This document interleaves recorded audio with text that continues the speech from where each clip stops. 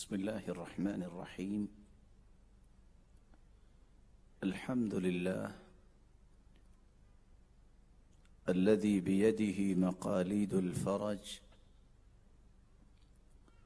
له الحمد وله الشكر عدد ما سار سائر فوق الأراضين ودرج،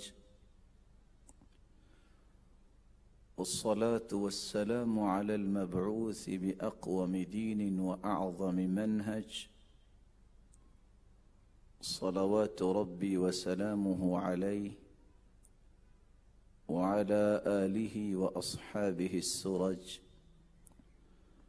ومن سار على دربهم وفي هديهم ولج. أما بعد، فأعوذ بالله من الشيطان الرجيم. لقد من الله على المؤمنين إذ بعث فيهم رسولا من أنفسهم يتلو عليهم آياته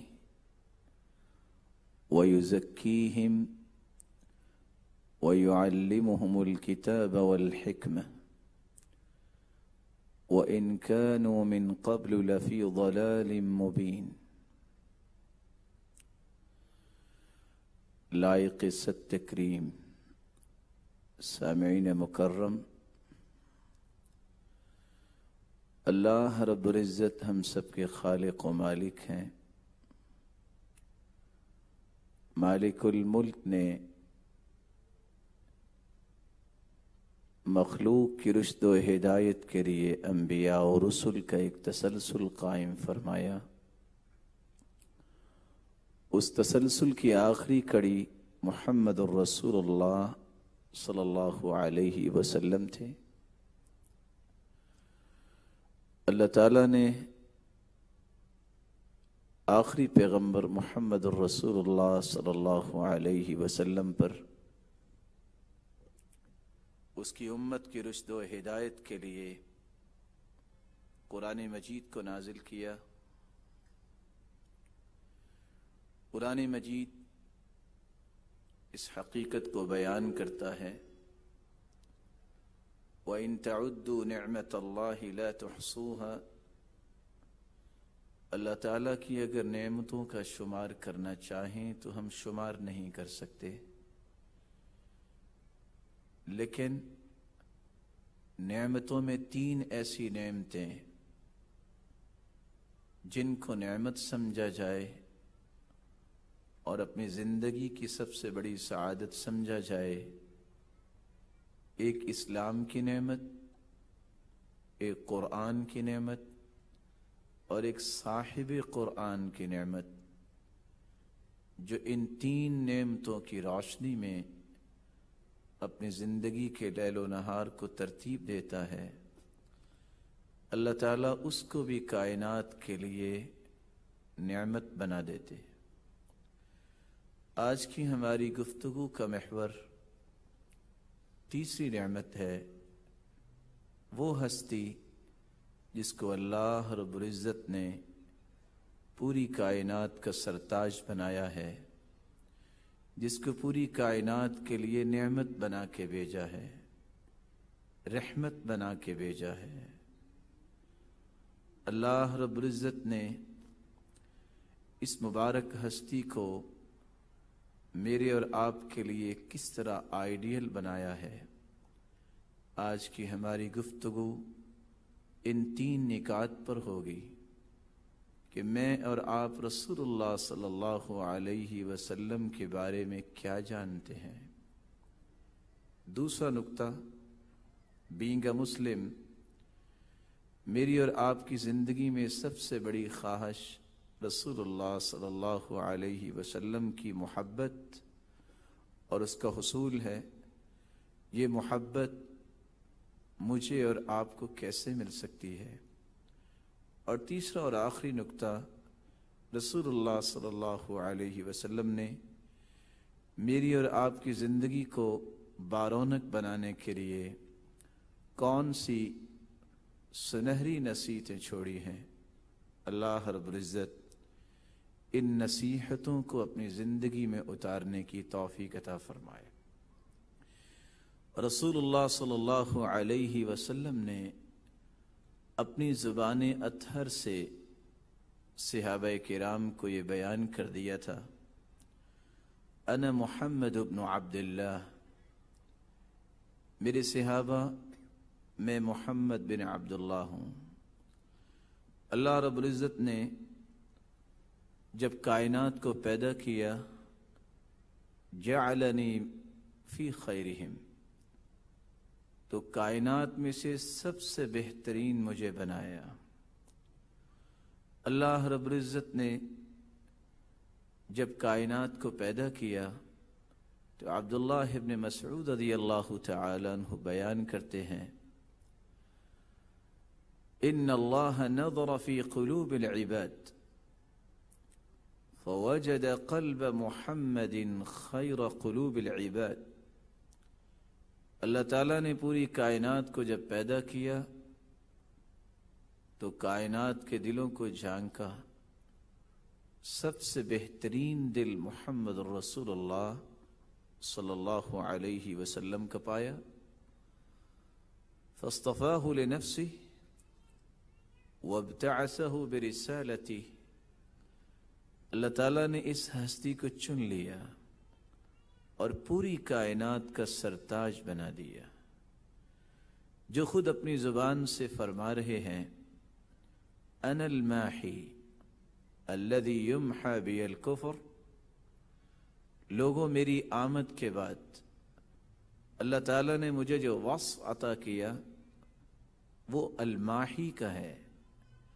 کفر کس طرح دنیا پہ چھایا ہوا تھا، میری بعثت کے بعد کفر کے تمام پہلو ختم ہو گئے۔ انا دعوت ابراہیم، میں ہی ہوں جو ابراہیم علیہ السلام کی دعا تھی، اور میرے بارے میں ہی اللہ کے پیغمبر عیسیٰ علیہ السلام نے خوشخبری سنائی تھی، اور میں ہی تمہیں یہ کہتا ہوں، انا سید ولد آدم ولا فخر، مجھے کائنات کا سرتاج بنایا ہے اللہ رب العزت نے، لیکن میں فخر نہیں کرتا کیونکہ فخر میرے مالک کو پسند نہیں ہے۔ رسول اللہ صلی اللہ علیہ وسلم کو جہاں اللہ تعالیٰ نے ذات کے اعتبار سے، نام کے اعتبار سے، حسب و نسب کے اعتبار سے پوری کائنات سے اعلیٰ بنایا، آپ صلی اللہ علیہ وسلم کے متعلق صحابی یہ الفاظ بول رہے ہیں، کان احسن الناس وجہا، چشم فلک نے آج تک ایسا حسین و جمیل نہیں دیکھا، وکان احسنہم خلقا، رسول اللہ صلی اللہ علیہ وسلم جیسا اخلاق کسی کو نصیب نہیں ہوا۔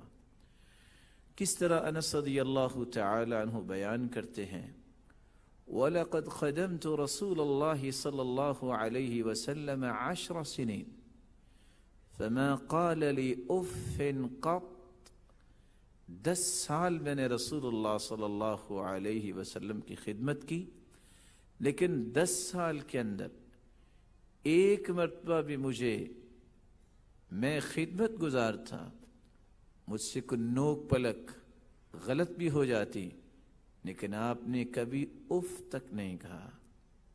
وَلَا قَالَ لِشَيْءٍ فَعَلْتُ لِمَ فَعَلْتَ هَذَا وَلَا لِشَيْءٍ لَمْ أَفْعَلْهُ هَلَّا فَعَلْتَ كَذَا۔ کبھی آپ صلی اللہ علیہ وسلم نے یہ نہیں فرمایا کہ آپ نے یہ کیوں کیا اور آپ نے یہ کیوں نہیں کیا۔ رسول اللہ صلی اللہ علیہ وسلم کے حیا کی اگر بات کی جائے تو صحابی بیان کرتے ہیں، كان اشد حیاء من العذراء فی خدرها، دنیا کے اندر کسی عورت کے اندر بھی اتنی حیا نہیں ہوگی جتنی اللہ تعالیٰ نے اپنے محبوب صلی اللہ علیہ وسلم کو حیا سے نوازا تھا۔ اور دنیا کے اندر اگرچہ رسول اللہ صلی اللہ علیہ وسلم کو خوشبو پسند تھی، لیکن صحابی بیان کرتے ہیں کہ خوشبوؤں کی سردار کستوری اور عنبر کو کہا جاتا ہے ما شممت عنبرا ولا مسكا قط اطيب من ريح رسول اللہ صلی اللہ علیہ وسلم، میں نے آج تک عنبر اور کستوری میں اتنی خوشبو نہیں پائی جتنی آپ صلی اللہ علیہ وسلم کے جسد خاکی سے نکلنے والے پسینے میں خوشبو تھی۔ رسول اللہ صلی اللہ علیہ وسلم کی ذات اقدس کو اللہ تعالیٰ نے صرف ذات کے اعتبار سے اعلیٰ نہیں بنایا، آپ کی ہر بات کو بھی پوری کائنات سے اعلیٰ بنایا، آپ کی زندگی کے ہر زاویے اور رویے کو پوری کائنات سے اعلیٰ بنایا۔ رسول اللہ صلی اللہ علیہ وسلم خود فرماتے ہیں انی لأعرف حجرا بمکہ یسلم علی قبل ان ابعث انی لأعرفه الآن، میں جانتا ہوں مکے کے اندر پتھر مجھے سلام کیا کرتے تھے، اور رسول اللہ صلی اللہ علیہ وسلم کے صحابی بیان کرتے ہیں کہ اللہ تعالیٰ نے جس طرح آپ صلی اللہ علیہ وسلم کو مبارک آنکھوں سے نوازا تھا، ایک ایسا معجزہ جو کسی کو نصیب نہیں ہوا، آپ کے دونوں مبارک کندھوں کے درمیان مثل زر الحجلہ انڈے کی شکل میں مہر نبوت تھی۔ نماز کی حالت میں آپ صلی اللہ علیہ وسلم مہر نبوت سے بھی دیکھا کرتے تھے۔ یہی وجہ ہے رسول اللہ صلی اللہ علیہ وسلم فرمایا کرتے تھے لَتُسَوُّنَّ صُفُوفَكُمْ أَوْ لَيُخَالِفَنَّ اللَّهُ بَيْنَ وُجُوهِكُمْ، تم صفوں کو درست کیا کرو وگرنہ تمہارے چہروں میں بھی اللہ اختلاف پیدا کر دیں گے۔ پاؤں کے ساتھ پاؤں ملانے کی بات اللہ کے رسول نے اس لیے ہی کی کہ میں تمہیں دیکھتا ہوں، انی اراکم من وراء ظہری، میں تمہیں دیکھتا ہوں جب تمہارے پاؤں کے درمیان تم اپنے پاؤں کو بھائی کے پاؤں کے ساتھ نہیں ملاتے، تو جو فاصلہ ہوتا ہے وہاں بکری کے بچے کی طرح شیطان آ کے کھڑا ہو جاتا ہے۔ اس لیے نوید سنائی، خوشخبری سنائی، من سد فرجہ بنى اللہ له بیتا فی الجنہ ورفع له بها درجہ، اس لیے پاؤں کے ساتھ پاؤں اس طرح ملایا جائے، محبت، الفت، مودت اور اجتماعیت کا ثبوت دیتے ہوئے اگر پاؤں کے ساتھ پاؤں یوں ملا لیا جائے کہ کوئی خلا باقی نہ بچے تو دو انعام کا یہ انسان مستحق ٹھہرایا جاتا ہے۔ اللہ رب العزت اس کا جنت میں گھر بنا دیتے ہیں اور اس کے درجات کو بھی بلند فرما دیتے ہیں۔ رسول اللہ صلی اللہ علیہ وسلم کی ذات اقدس پہ اللہ تعالیٰ نے اتنی رحمتوں کا نزول کیا، عصر کا وقت ہے، وضو کرنے کے لیے پانی نہیں، چند قطرات پانی آپ صلی اللہ علیہ وسلم نے اپنے مبارک ہاتھوں میں لیا اور پھر اپنے چہرہ انور پہ پانی لگایا، وہی قطرات ایک پیالے میں ڈالے اور آپ صلی اللہ علیہ وسلم نے اپنا مبارک ہاتھ پیالے کے اندر رکھا۔ صحابی کہتے ہیں فَجَعَلْتُ أَنظُرُ إِلَى الْمَاءِ يَنْبُعُ مِنْ بَيْنِ أَصَابِعِهِ، میں نے دیکھا رسول اللہ صلی اللہ علیہ وسلم کی انگلیوں میں سے اللہ تعالیٰ نے پانی کے چشموں کو جاری کر دیا۔ رسول اللہ صلی اللہ علیہ وسلم انہ اعطی قوت 30، یہ وہ ذات اقدس ہے جس کو اللہ تعالیٰ نے 30 لوگوں کی طاقت سے نوازا تھا، اور رسول اللہ صلی اللہ علیہ وسلم خود فرماتے ہیں اعطیت فواتح الکلم وجوامعہ، مجھے اللہ تعالیٰ نے جوامع الکلم سے نوازا، فواتح الکلم سے نوازا، مجھے اللہ تعالیٰ نے زمین کے خزانوں کی چابیوں سے نوازا، مجھے اللہ رب العزت نے اعطیت مفاتیح الارض، زمین کی چابیوں سے نوازا، اعطیت خمسا لم يعطهن احد قبلی، مجھے 5 ایسی چیزوں سے نوازا جو مجھ سے پہلے کسی پیغمبر کو عطا نہیں کی گئی۔ نصرت بالرعب مسیرۃ شہر، دشمن 1 مہینے کی مسافت پہ ہوتا ہے اور اس کے دل میں میرا رعب داخل ہو جاتا ہے۔ وجعلت لی الارض مسجدا وطہورا، میرے لیے زمین کو اللہ تعالیٰ نے مسجد بنا دیا، پاکیزہ بنا دیا۔ فأیما رجل من امتی ادرکتہ الصلاة فلیصلی، میری امت میں سے جس شخص کو جہاں بھی نماز کا وقت ہو جائے اسے چاہیے کہ وہ نماز ادا کر لے۔ وأحلت لی المغانم، میرے لیے غنیمتوں کو حلال کیا گیا۔ وأعطیت الشفاعہ، اللہ تعالیٰ نے مجھے جس کمال سے نوازا، قیامت کے دن ساری کائنات پریشان ہوگی، کوئی پیغمبر بھی سفارش کرنے کے لیے تیار نہیں ہوگا، پوری کائنات اس پریشانی کے عالم میں میرے پاس آئے گی اور میں اللہ سے سفارش کروں گا، میں اللہ کے عرش کے نیچے سجدہ ریز ہو جاؤں گا۔ اللہ کی طرف سے آواز آئے گی، یا محمد صلی اللہ علیہ وسلم ارفع رأسک وسل تعطى واشفع تشفع، اپنے سر مبارک کو اٹھائیے، سفارش کیجئے، آپ کی سفارش کو قبول کیا جائے گا، طلب کیجئے، آپ کو عطا کیا جائے گا۔ اس وقت پھر کائنات کا حساب و کتاب شروع ہوگا۔ رسول اللہ صلی اللہ علیہ وسلم نے فرمایا، بیدی لواء الحمد، قیامت کے دن میرے ہاتھ میں تعریف کا جھنڈا ہوگا۔ ولا فخر، اور میں اس بات پہ بھی فخر نہیں کرتا، وما من نبی یومئذ آدم فمن سواہ تحت لوائی، آدم علیہ السلام سے لے کر قیامت تک آنے والی انسانیت، آدمیت بشمول انبیاء میرے جھنڈے تلے ہوں گے۔ وَأَنَا أَوَّلُ شَافِعٍ وَأَوَّلُ مُشَفَّعٍ وَلَا فَخْرٍ، سب سے پہلے میں ہی اللہ کے سامنے سفارش کروں گا اور سب سے پہلے میری ہی سفارش کو قبول کیا جائے گا۔ وَأَنَا أَكْثَرُ الْأَنبِيَاءِ تَبَعًا، قیامت کے دن سب سے زیادہ میری امت ہی ہوگی۔ وَأَنَا فَرَطُكُمْ عَلَى الْحَوْضِ، میں سب سے پہلے حوض کوثر پہ آؤں گا۔ وَأُعْطِيتُ الْكَوْثَرَ، مجھے ہی اللہ تعالیٰ نے حوض کوثر سے نوازا ہے جو کسی کے نصیب میں نہیں ہو سکا۔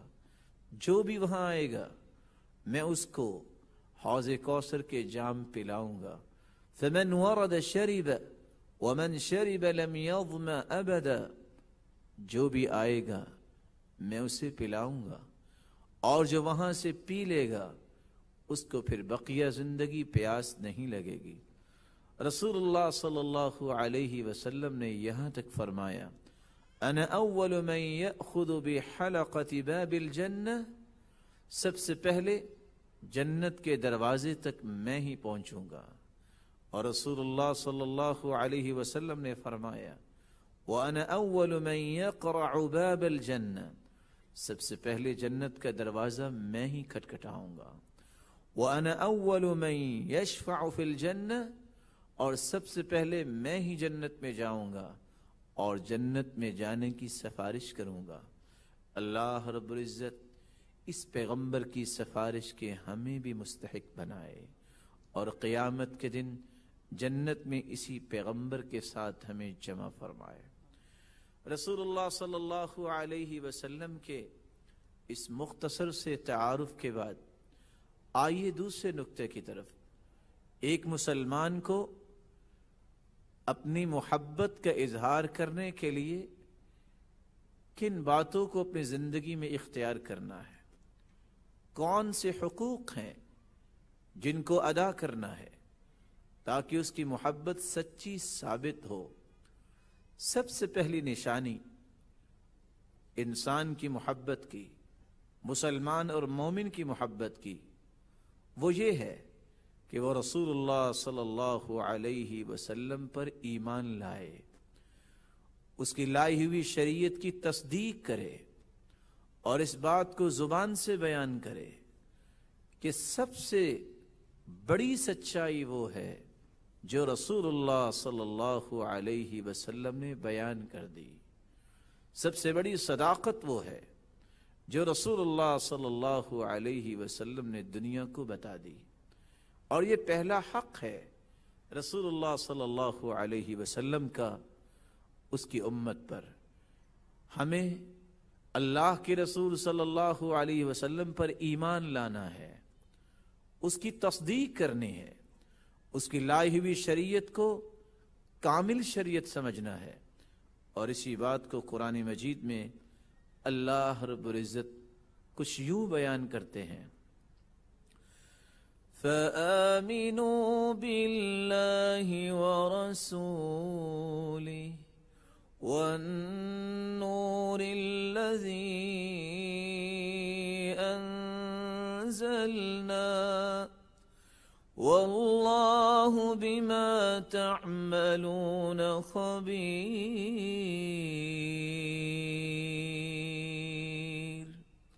اللہ پر ایمان لاؤ اور اس کے رسول پر ایمان لاؤ اور اس روشنی پر ایمان لاؤ جو اللہ رب العزت نے نازل کیا ہے۔ تم ایمان لاتے ہو، تم تصدیق کرتے ہو یا نہیں کرتے، ان دونوں پہلوؤں کو تمہارا رب جانتا ہے، وہ ایک ایک عمل پر مطلع بھی ہے، ایک ایک عمل کے بارے میں خبر رکھنے والا ہے۔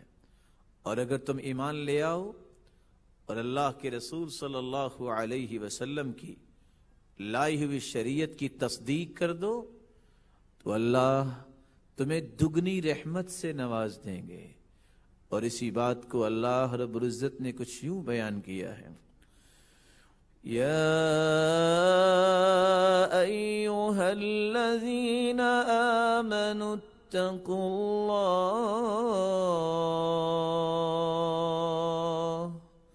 وآمنوا برسوله يؤتكم كفلين من رحمته ويجعل لكم نورا تمشون به ويغفر لكم والله غفور رحيم۔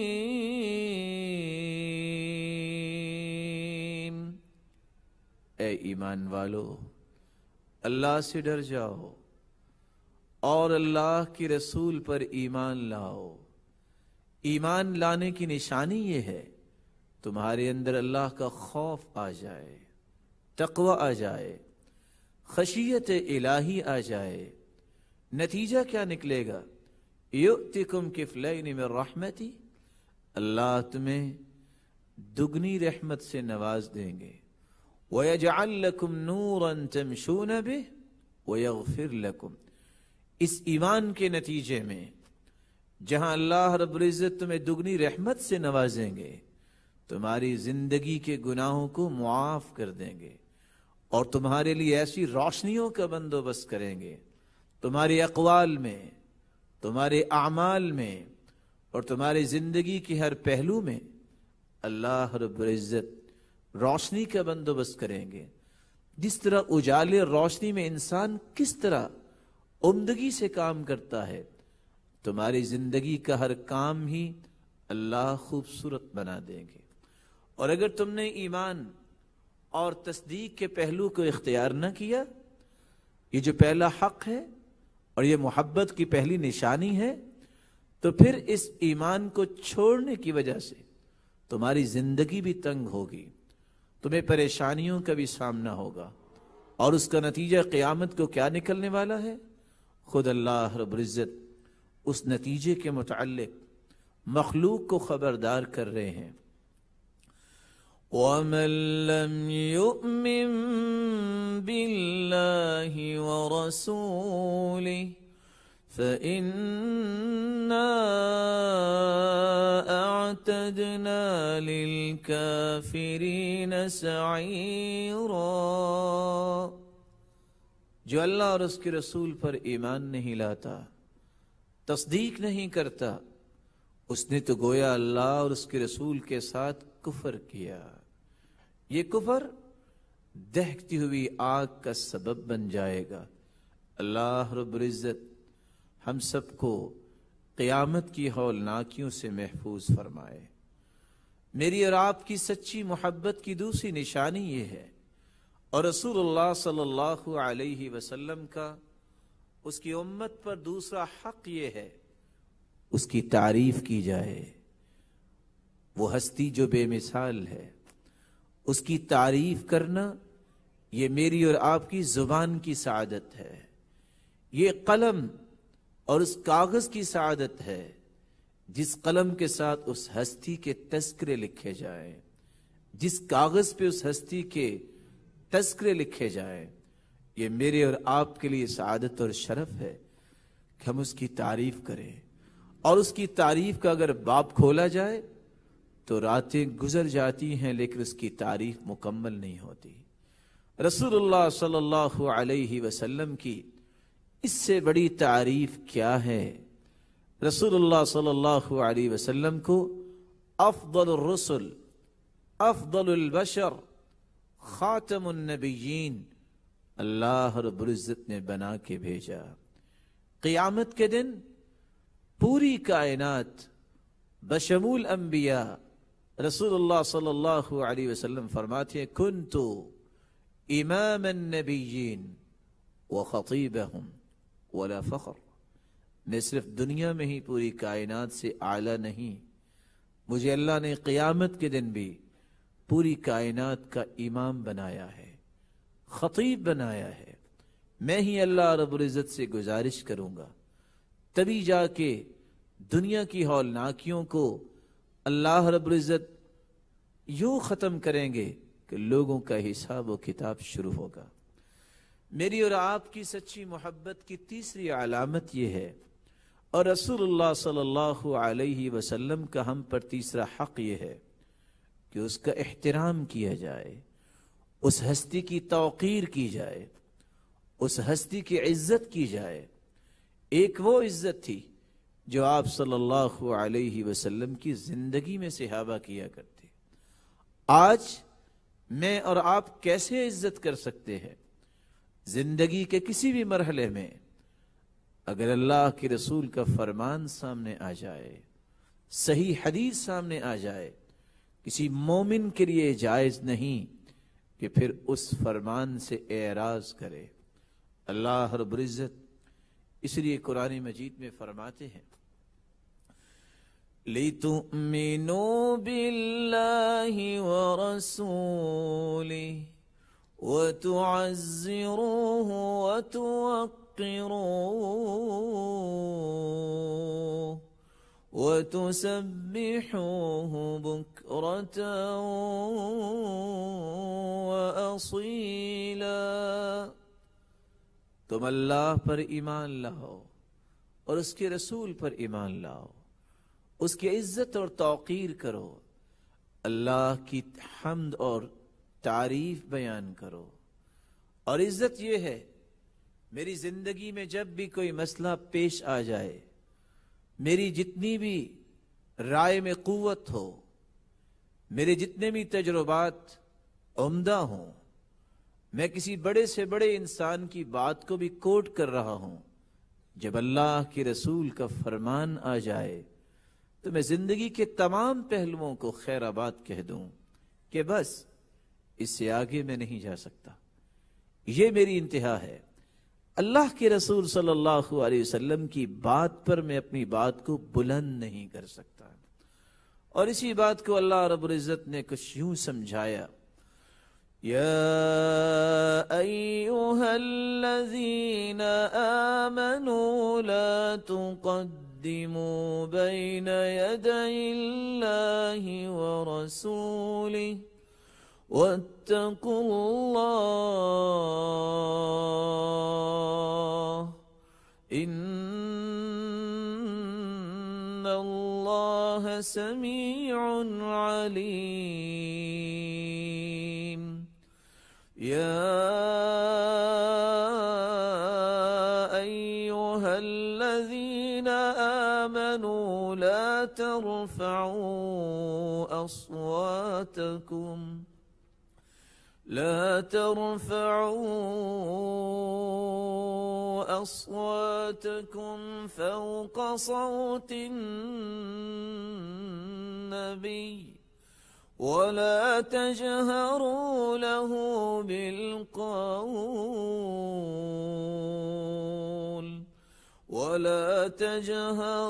له بالقول كجهر بعضكم لبعض أن تحبط أعمالكم وأنتم لا تشعرون۔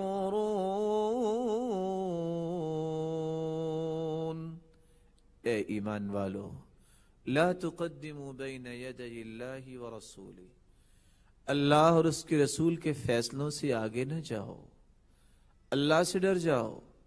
اور تقوی کی نشانی بھی یہی ہے کہ جہاں اللہ کا حکم آ جائے، اس کے رسول کا حکم آ جائے، وہاں رک جاؤ، اسی کو ہی حرف اخیر سمجھو، وہی تمہارے لیے اٹل فیصلہ ہے۔ وہاں اپنی مرضی کرنا اور اپنی مرضی کو نافذ کرنا، اس طرح کی غلطی نہ کرنا۔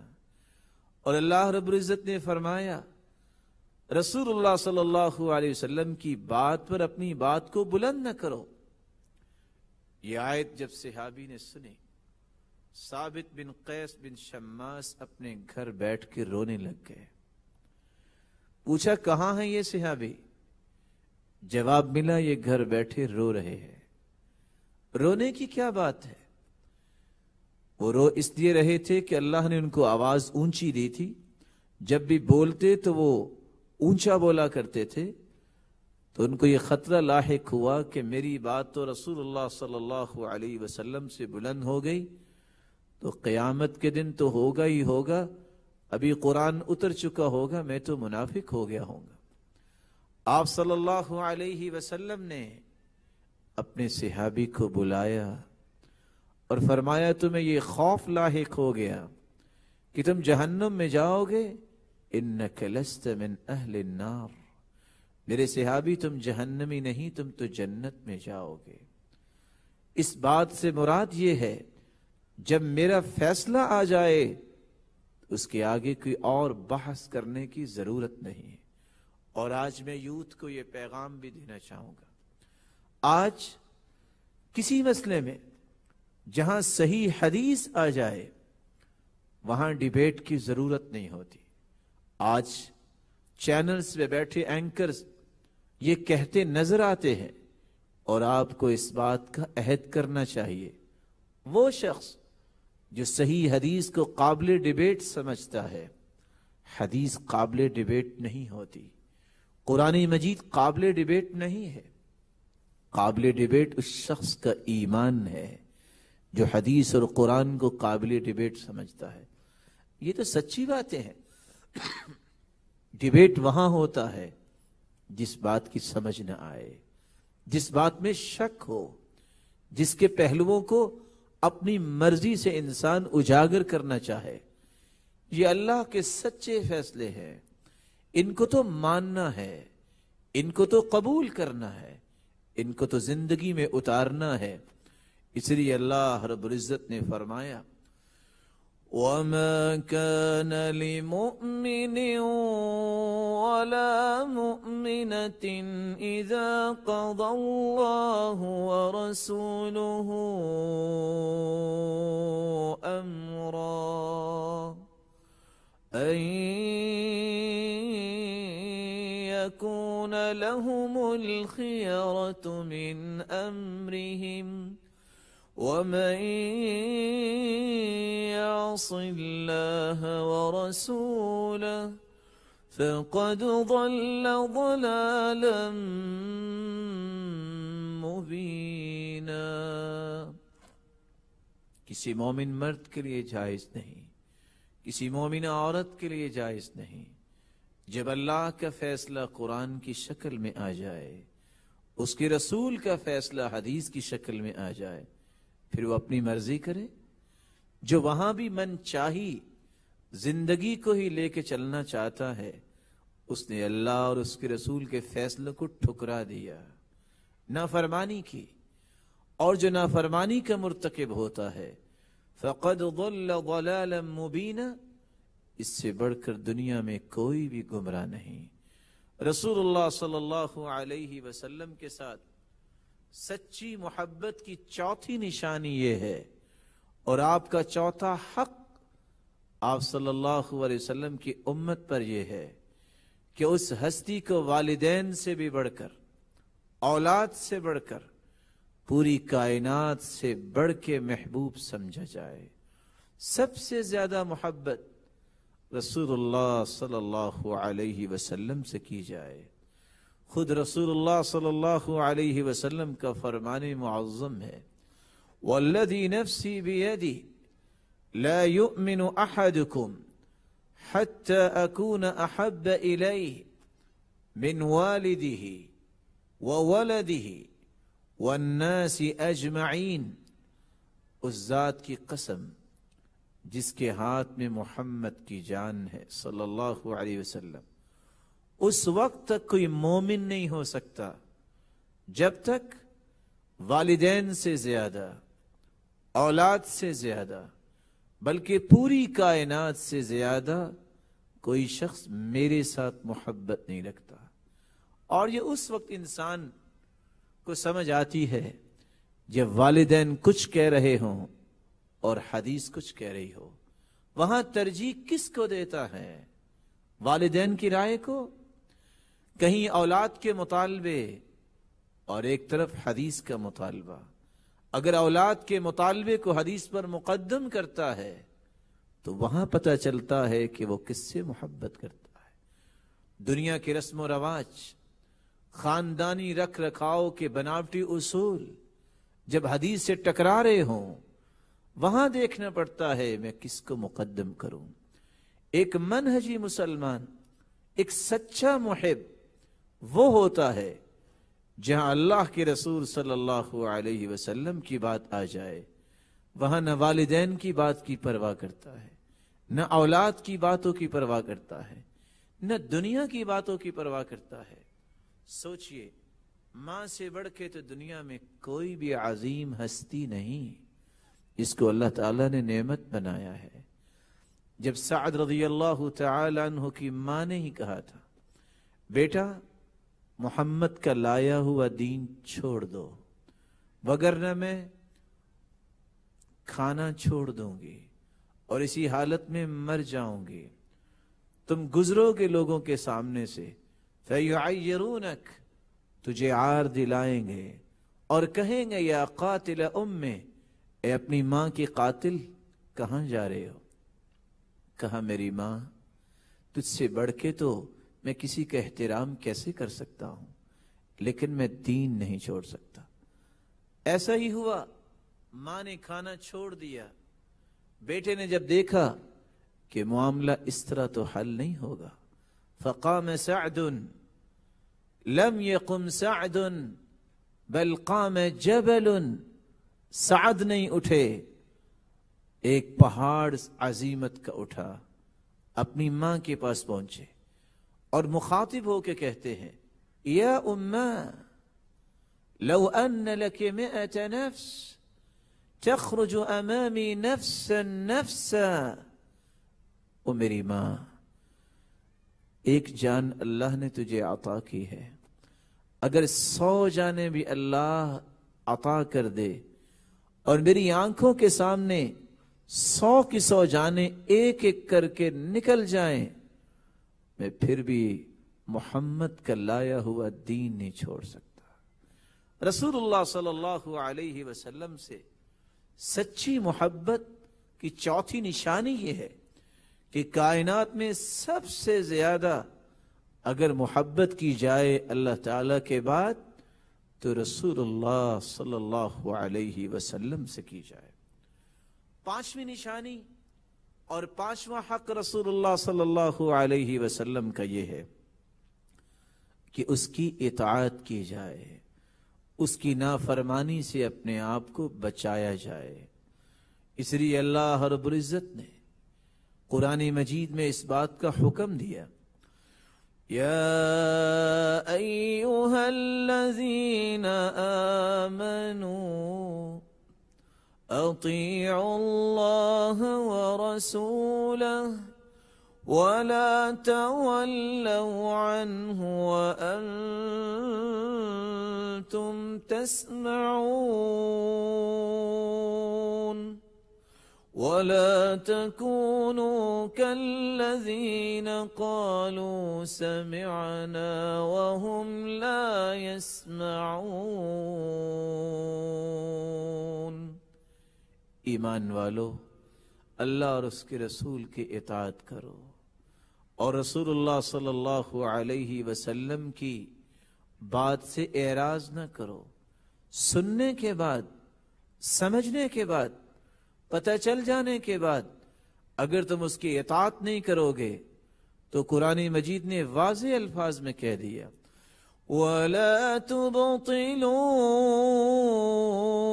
أَعْمَالَكُمْ، تم اعمال بھی بجا لاؤ، اگر رسول اللہ صلی اللہ علیہ وسلم کی اطاعت نہیں ہے، اس کے طریقے کے مطابق نہیں ہے تو وہ عمل باطل ہے، وہ اللہ کے ہاں قابل قبول نہیں۔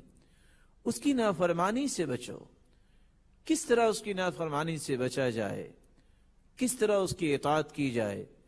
اللہ رب العزت نے ایک اصول دے دیا وَمَا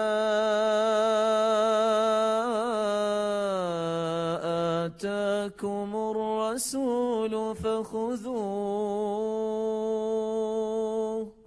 وَمَا نَهَاكُمْ عَنْهُ فَانْتَهُوا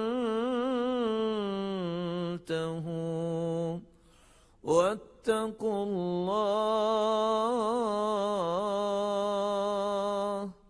إِنَّ اللَّهَ شَدِيدُ الْعِقَابِ۔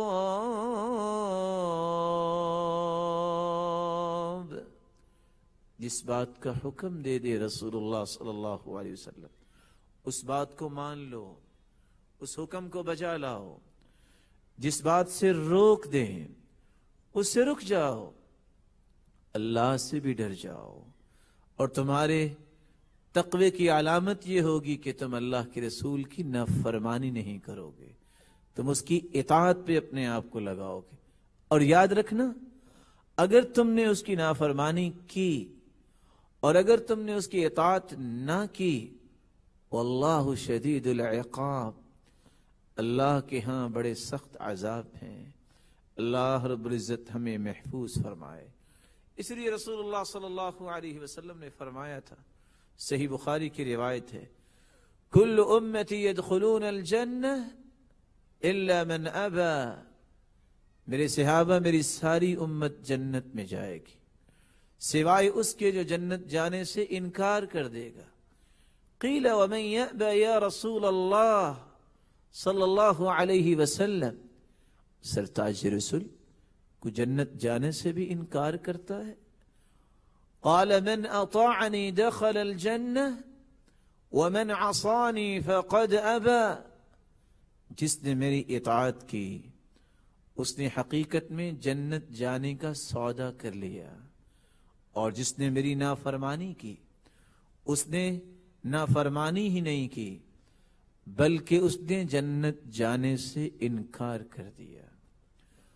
پانچواں حق یہ ہے، چھٹی نشانی اور چھٹا حق رسول اللہ صلی اللہ علیہ وسلم کا اس کی امت پر یہ ہے کہ زندگی کی ہر ادا کو اس کی ادا کے مطابق کیا جائے، اس کے رنگ میں اپنے آپ کو رنگ دیا جائے۔ رسول اللہ صلی اللہ علیہ وسلم کو اللہ تعالیٰ نے پوری کائنات کے لیے آئیڈیل بنایا ہے، نمونہ بنایا ہے۔ لَقَدْ كَانَ لَكُمْ فِي رَسُولِ اللَّهِ أُسْوَةٌ حَسَنَةٌ لِمَنْ كَانَ يَرْجُو اللَّهَ وَالْيَوْمَ الْآخِرَ وَذَكَرَ اللَّهَ كَثِيرًا۔ ایک سچے محبت کرنے والے کو اللہ کے رسول کی اداؤں کو اپنی اداؤں میں شامل کرنا ہوگا۔ آپ نے خوشی کے موقع پہ کیا کیا؟ مجھے وہ کرنا ہے. كان اذا اتاه امر يسر به خر ساجدا لله. اللہ کے رسول کو خوشی ملتی، آپ فوراً اللہ کے سامنے سجدہ ریز ہو جاتے. آپ کو خوشی میسر آتی، اپنی زبان سے یہ کلمات ادا کرتے: الحمدللہ الذی بنعمتی تتم الصالحات. اللہ تیری توفیق سے ہی میں نیکی کر سکا. آپ کو جب غم آتا تو وہ طریقہ اختیار کیجئے جب کوئی فکر لاحق ہو، جب کوئی غم آئے. كان اذا حزبه امر صلى. رسول اللہ صلی اللہ علیہ وسلم کو جب کوئی غم آتا تو اس غم کو کس طرح دور کرتے؟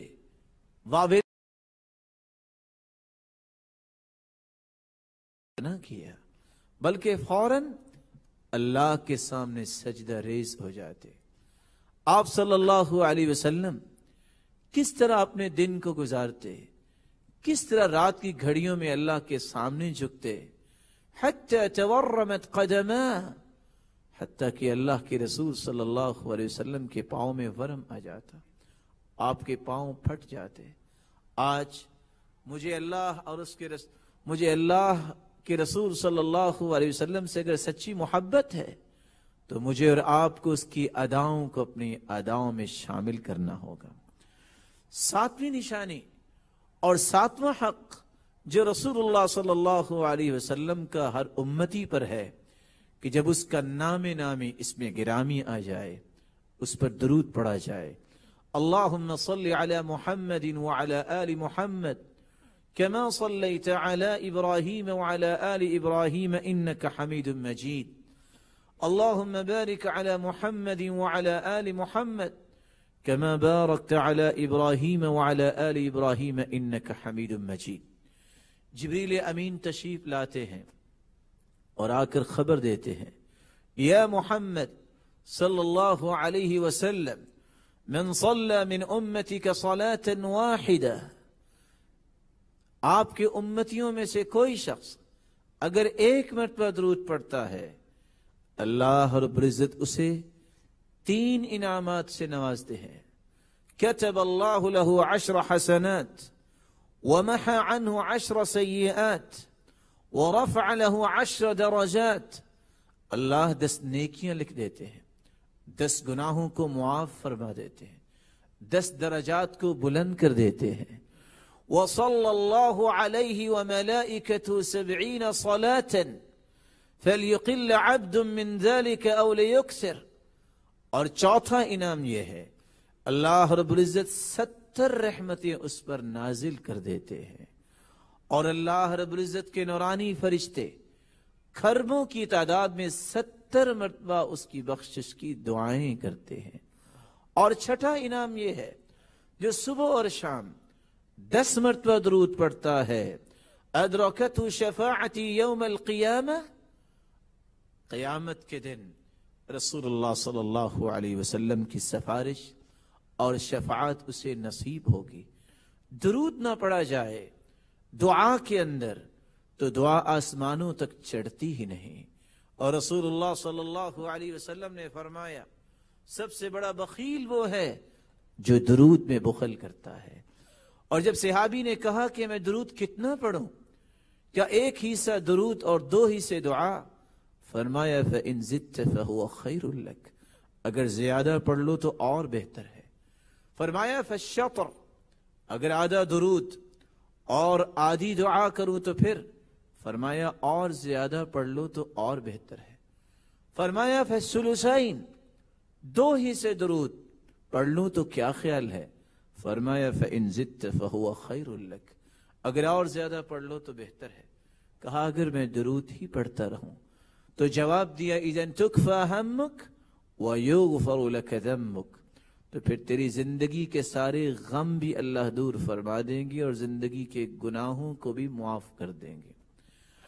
8ویں نشانی، زندگی کے ہر معاملے میں اللہ کے رسول کے فیصلے کو آخری فیصلہ سمجھا جائے. قرآن مجید میں اس لیے اللہ رب العزت فرماتے ہیں فلا وربك لا يؤمنون حتى يحكموك فيما شجر بينهم۔ اے میرے محبوب صلی اللہ علیہ وسلم، مجھے میری کبریائی کی قسم، میری عظمت اور تقدس و جلالت کی قسم، جب تک تیری بات کو لوگ آخری بات نہ سمجھیں، تیرے فیصلے کو اٹل فیصلہ نہ سمجھ لیں، وہ میرے نزدیک مومن ہی نہیں۔ نویں نشانی اور رسول اللہ صلی اللہ علیہ وسلم کا نواں حق یہ ہے کہ اس کا وہ مقام لوگوں کے سامنے بیان کیا جائے جو اللہ نے مقام دیا ہے، نہ اس میں کوئی کمی کی جائے، نہ اس میں کوئی زیادتی کی جائے، نہ ان کے مقام سے ان کو گرایا جائے والعیاذ باللہ، اور نہ ہی ان کے مقام کو اتنا زیادہ بیان کیا جائے کہ ان کو خالق و مالک کے برابر کر دیا جائے۔ اس لیے رسول اللہ صلی اللہ علیہ وسلم نے فرمایا لا تطرونی كما اطرت النصارى ابن مریم، مجھے اتنا نہ بڑھاؤ چڑھاؤ جس طرح عیسائیوں نے عیسیٰ بن مریم کی اس طرح تعریف کی کہ یہاں تک کہ ان کو اللہ کا بیٹا بھی کہنے والوں نے کہہ دیا۔ 10واں اور آخری حق یہ ہے، اور 10ویں اور آخری محبت میری اور آپ کی سچی محبت کی نشانی یہ ہے کہ ہم اس بات کی خواہش کریں، اے اللہ قیامت کے دن ہمیں اس محبوب کی رفاقت نصیب فرما۔ رسول اللہ صلی اللہ علیہ وسلم کے پاس صحابی ربیعہ بن کعب رضی اللہ تعالی عنہ وضو کروانے کے لیے پانی لے کر آئے۔ آپ نے فرمایا سل، میرے صحابی کیا مطالبہ ہے؟ میں دعا کرتا ہوں اللہ اس کو پورا فرمائیں گے۔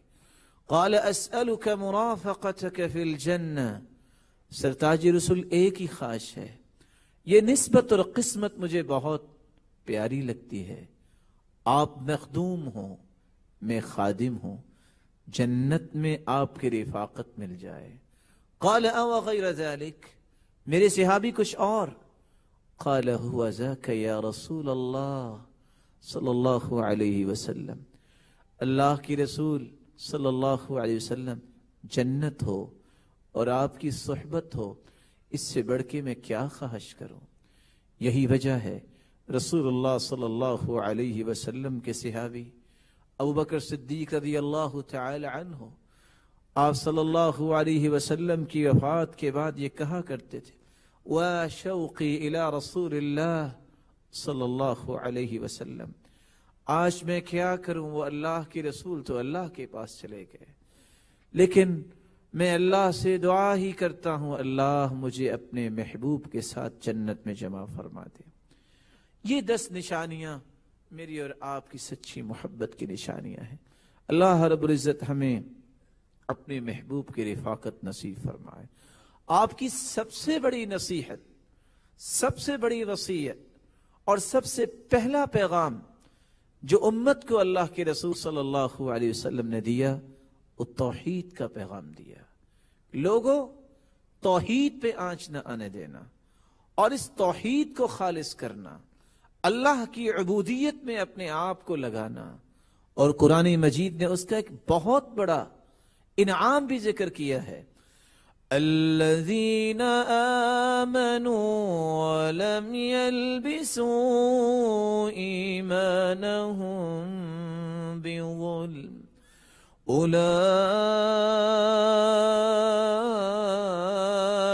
لهم الامن وهم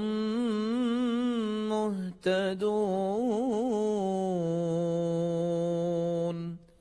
وہ لوگ جو ایمان لائے اور انہوں نے اپنے ایمان میں کسی چیز کی آمیزش نہیں کی، شرک نہیں کیا، دنیا میں بھی امن ان کو ملے گا اور قیامت کو بھی امن ملے گا۔ فکری امن، ان کے اقوال میں امن، ان کے افعال میں امن، ان کے تعامل میں امن، اور قیامت کے دن یہی لوگ صراط مستقیم پہ چلنے والے سمجھے جائیں گے اور ان کو جنت بطور انعام دی جائے گی۔ آپ کی توحید کے بعد وصیت یہ تھی. ابو ذر رضی اللہ تعالی عنہ فرماتے ہیں اوصانی اللہ اخاف فی اللہ لومۃ لائم. مجھے رسول اللہ صلی اللہ علیہ وسلم نے وصیت فرمائی مجھے اللہ کے سوا کسی کا خوف نہیں ہونا چاہیے. کوئی ملامت کرتا ہے تو ملامت کرتا رہے، مجھے حق بات احترام اور اخلاق کے ساتھ اور نرمی کے ساتھ پہنچانی ہی پہنچانی ہے. اور اللہ کے رسول صلی اللہ علیہ وسلم کی وصیت تھی احب الاعمال الی اللہ الحب فی اللہ والبغض فی اللہ. میں اپنی محبتوں کا معیار بناؤں تو اللہ کی رضا کو بناؤں. میں کسی سے محبت کروں، میرا معیار، میرا مقیاس، میرا میزان یہ ہو میں نے اپنے رب کو راضی کرنا ہے، کوئی غرض نہیں، کوئی اور ہدف نہ ہو. یہی وجہ ہے رسول اللہ صلی اللہ علیہ وسلم نے فرمایا جب ایک شخص اپنے مسلمان بھائی کو ملنے جا رہا تھا، اللہ رب العزت نے فرشتے کو بھیجا.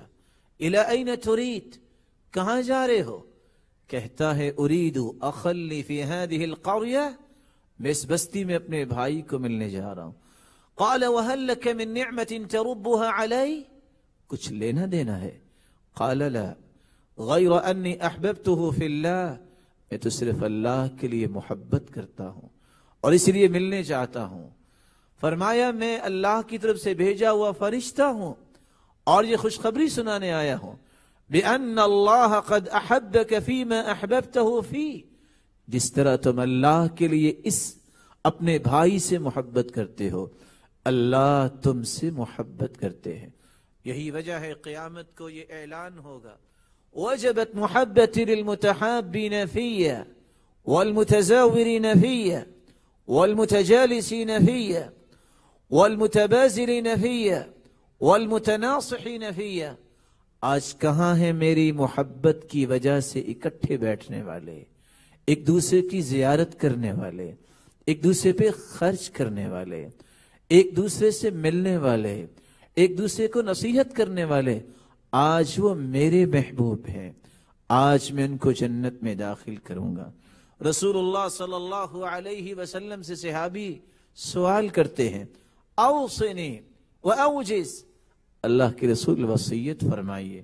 فرمایا علیک بالایاس مما فی ایدی الناس، لوگوں سے بالکل بے امید ہو جاؤ، جو کچھ ہوگا تیرے رب کے فیصلے سے ہوگا، کبھی پریشان نہ ہونا، تیرے رب کے فیصلے تیرے لیے بہت بہتر ہیں. وَإِيَّاكَ وَمَا يُعْتَذَرُ مِنْ، اور اپنی زندگی کو اس طرح بناؤ ایسے اعمال سے بچو جس کے بعد تمہیں معذرت کرنی پڑے. رسول اللہ صلی اللہ علیہ وسلم نے وصیت فرمائی احب الاعمال الى اللہ ان تموت ولسانك رطبا من ذکر اللہ. زندگی کے آخری رمق تک تمہاری سعادت کی یہ نشانی ہوگی کہ تمہاری زبان پہ اللہ کا ذکر ہو. اللہ کے رسول نے وصیت فرمائی صلی اللہ علیہ وسلم اتق اللہ حیث ما کنت واتبع السیئة الحسنة تمحها وخالق الناس بخلق حسن. جہاں بھی ہو اللہ سے ڈرتے رہنا، کبھی اس دھوکے میں نہ جانا کہ اس وقت میں اکیلا ہوں، کوئی نہیں دیکھ رہا. تیرا رب تیرے دل میں اٹھنے والے جذبات سے بھی واقف ہے، وہ ہر چیز سے واقف ہے. جب برائی ہو جائے، جب کمی کوتاہی ہو جائے تو فوراً نیکی کی طرف رجوع کرنا، یہ نیکی اس برائی کو ختم کر دے گی اور اپنے آپ کو اعلیٰ اخلاق کا مالک بنانا. رسول اللہ صلی اللہ علیہ وسلم سے صحابی نے سوال کیا اللہ کے رسول صلی اللہ علیہ وسلم وصیت کیجئے. 1 مرتبہ، 2 مرتبہ، 3 مرتبہ، آپ نے تینوں مرتبہ وصیت فرمائی لا تغضب ولک الجنہ، غصہ کرنا چھوڑ دو، تمہارے لیے جنت کی میں بشارت دیتا ہوں. آپ صلی اللہ علیہ وسلم نے وصیت فرمائی وَإِيَّاكُمْ وَمُحْدَثَاتِ الْأُمُورِ، میرے صحابہ بدعات سے بچنا، دین میں نئی نئی چیزیں شامل کرنے سے بچنا. رسول اللہ صلی اللہ علیہ وسلم نے فرمایا ان اللہ احتجر التوبہ، دوسری روایت میں آتا ہے احتجب التوبہ، احتجر التوبہ، اللہ تعالیٰ نے بدعت کا مرتکب جو ہے اس کے سامنے پردہ کر دیا ہے، اس کو اللہ دیکھنا بھی پسند نہیں کرتے، اس کی توبہ ہی قبول نہیں، حتی یدعها، جب تک وہ بدعت کو چھوڑ نہیں دیتا۔ یہی وجہ ہے عبداللہ ابن عباس اور عبداللہ ابن عمر رضی اللہ تعالی عنہ کہا کرتے تھے کل بدعت ضلالہ وإن رآها حسنہ وإن رآها الناس حسنہ، ہر بدعت گمراہی ہے خواہ لوگ اس کو کتنا بھی اچھا سمجھیں۔ اور اس لیے ابن سیرین اور حسان ابن عطیہ کہا کرتے تھے جو بدعت میں پڑ جاتا ہے اس کا سنت پہ پھر دل نہیں لگتا۔ رسول اللہ صلی اللہ علیہ وسلم کے دین کی حفاظت کرنے والوں میں سے سفیان ثوری کہا کرتے تھے البدع احب الى ابلیس من المعصیہ، بدعت ابلیس کو زیادہ پسند ہے گناہ سے، گناہ سے انسان توبہ کرتا ہے لیکن بدعت کو نیکی سمجھ کے کرتا ہے۔ اس لیے فضائل ابن عیاض رحمت اللہ علیہ فرمایا کرتے تھے من جلس الى صاحب بدعہ فاحذروہ، جو کسی بدعتی کے پاس بیٹھے تم اس سے بچ کے رہنا، ومن احب صاحب بدعہ احبط اللہ عملہ، جو کسی بدعتی کو پسند کرتا ہے اللہ اس کے عمل کو ضائع کر دیتا ہے، وَأَخْرَجَ نُورَ الْإِسْلَامِ مِنْ قَلْبِ، اللہ اسلام کی روشنی اس کے دل سے کھینچ لیتے ہیں۔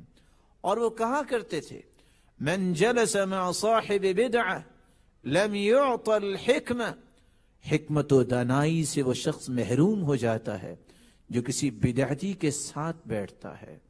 اور اس لیے علماء کہا کرتے تھے حسن بصری رحمت اللہ علیہ لا تجالس صاحب بدعہ فإنه يمرض قلبك، کسی بدعتی کے ساتھ ہم نوالا ہم پیالہ نہ بننا، وہ تمہارے دل کو بیمار کر دے گا۔ رسول اللہ صلی اللہ علیہ وسلم نے صحابہ کرام کو نصیحت کی اپنے اخلاق کو بلند کرو۔ جب ان سے سوال کیا گیا تو آپ نے فرمایا ان من احبکم الی واقربکم منی مجلسا یوم القیامہ احاسنکم اخلاقا، قیامت کے دن سب سے پیارا اور سب سے قریب میرے وہ ہوگا جس کا اخلاق اچھا ہوگا۔ رسول اللہ صلی اللہ علیہ وسلم نے فرمایا جب ایک صحابی نے وصیت طلب کی فرمایا لا تسبن شیئا، صحابی کہتے ہیں اس دن کے بعد جب مجھے آپ نے یہ وصیت کی کہ کسی کو گالی نہ دینا، میں نے زندگی کے آخری سانسوں تک پہنچ گیا ہوں، آج تک کسی کو گالی نہیں دی۔ لا تسبوا الشیطان، تم شیطان کو بھی گالی نہ دو، شیطان سے برا کون ہو سکتا ہے؟ اگر شیطان کو گالی دینا جائز نہیں تو کسی مسلمان کو گالی دینا بھی جائز نہیں۔ اس لیے رسول اللہ صلی اللہ علیہ وسلم نے وصیت کی اوصیک الا تکون لعانا، کسی پر لعنت بھی نہ بھیجنا، اگر تم کسی پر لعنت بھیجو گے اور لعنت کا مستحق نہ ہوا تو وہ لعنت پلٹ کے آپ پر ہی آ جائے گی۔ رسول اللہ صلی اللہ علیہ وسلم نے فرمایا بادروا بالاعمال، میرے صحابہ نیکیاں کر لو، فتن کقطع اللیل المظلم، فتنوں کے آنے سے پہلے نیکیاں کر لو۔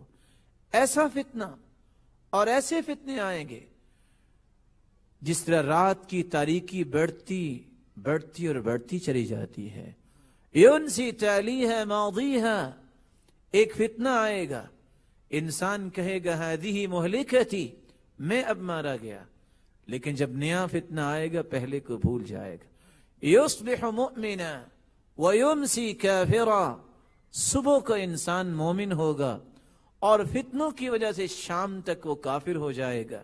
یبیع دینہ بعرض من الدنیا، دنیا کے مال و دولت کی وجہ سے دین اور ایمان کو بیچ دے گا۔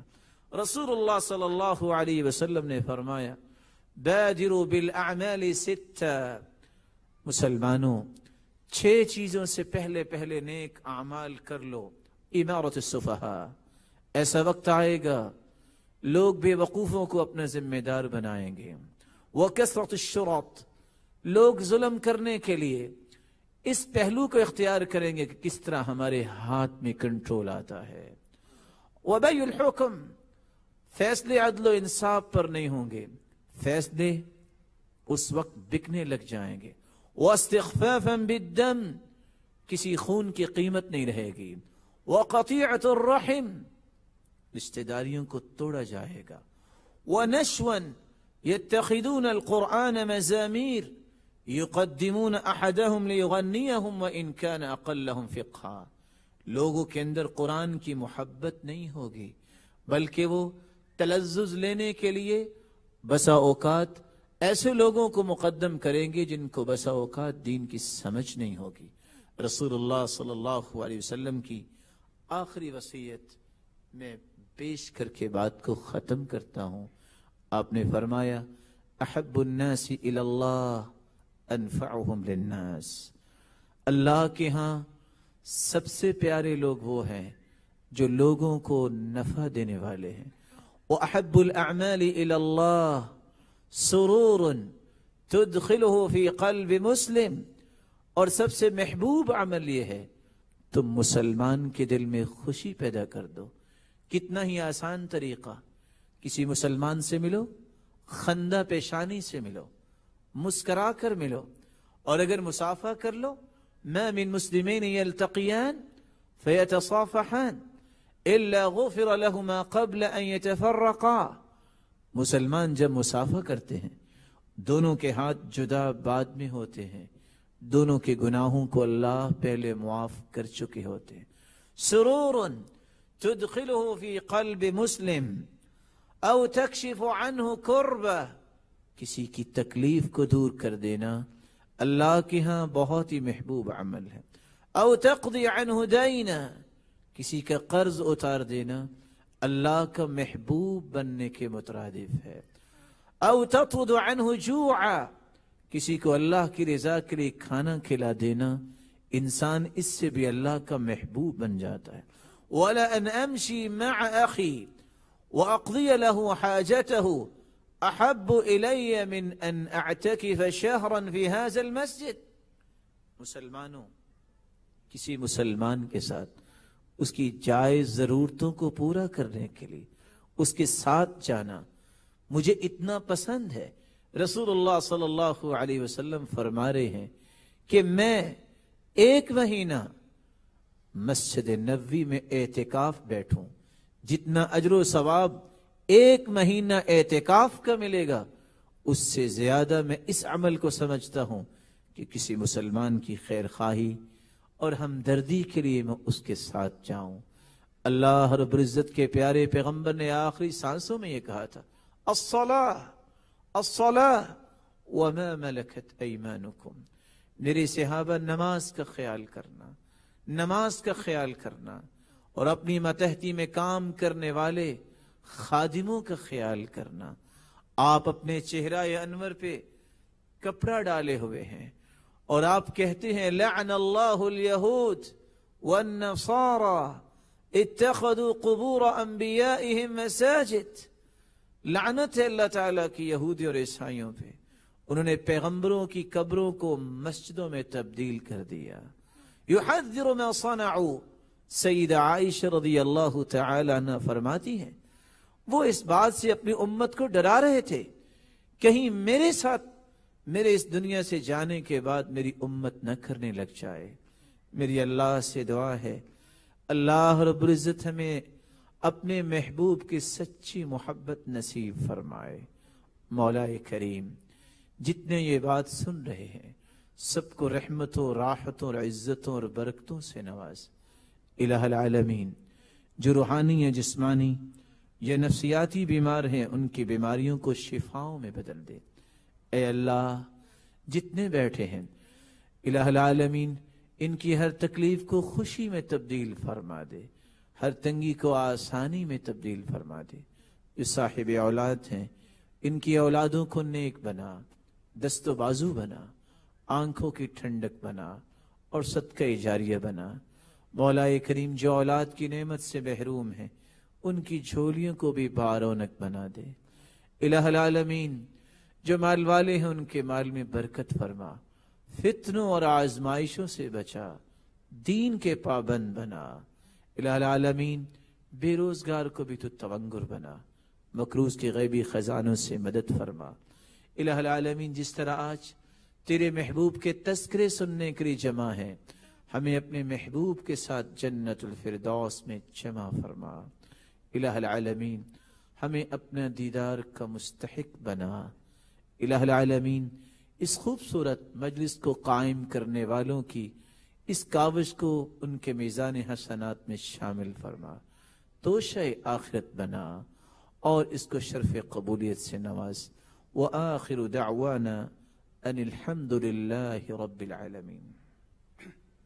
جزاک اللہ فضیلت الشیخ۔ رسول اکرم صلی اللہ علیہ وسلم پر ایمان لانا، آپ سے محبت کرنا اور آپ کی تعلیمات پر عمل کرنا، یہ انسان کی اس دنیا میں بھی کامیابی کی علامت ہے اور آخرت میں نجات کا باعث ہے۔ یہ وہ اہم باتیں تھیں جس کا اظہار فضیلت الشیخ جناب شعیب صاحب آپ لوگوں کے سامنے بیان کر رہے تھے۔ مناسب سمجھتا ہوں کہ ایک دو سوالات کے بعد اس پروگرام کا انشاءاللہ تعالی اختتام ہوگا۔